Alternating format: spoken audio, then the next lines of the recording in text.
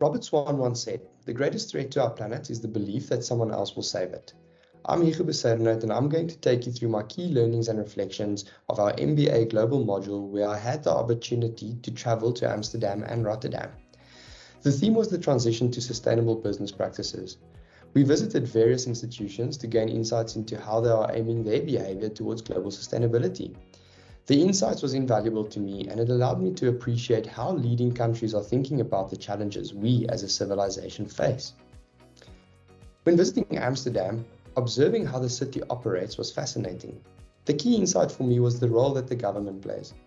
Infrastructure is crucial to allow society to meaningfully contribute to a sustainable future. The transition to global sustainability will continue to be hampered without the necessary governmental understanding and willingness to provide what the organizations and citizens require to transform their way of life. The municipality of Amsterdam is a good example of this. They implemented the City Circle Scan, which is a government initiative aimed at creating a circular economy. This creates the opportunity for business and individuals to contribute to the transition, as there's a clear plan and willingness to achieve it.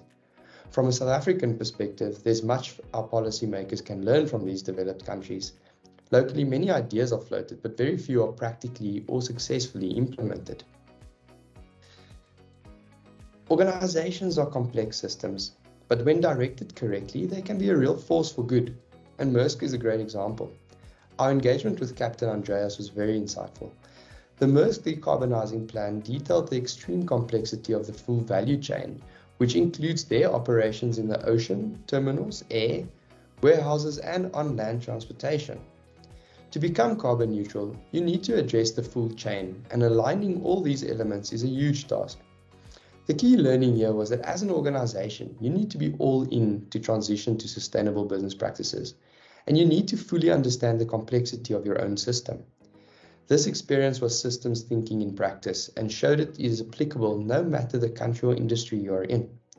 South African businesses in general isn't as outspoken about their plans to decarbonize their footprint, and I can certainly believe that there's a lot to learn from the Maersk example for us locally. Now, moving on to a more personal note, our visit to Rotterdam School of Management certainly highlighted the power of an individual. Eva Rood there shared with us the story of Wangari Maathai, who started the Green Belt movement, which was aimed at addressing deforestation, which has a negative impact on the environment. This movement led to Wangari receiving a Nobel Prize and showcasing the impact an individual with a dream, focus, and execution of that dream can have. Now, our key learning is that through grit, determination, and a purpose, we as individuals can make an impact in the global sustainability movement. In conclusion, to achieve global sustainability, the value chain is complex, and each role player, being governments, business, and individuals, need to play their part in achieving this.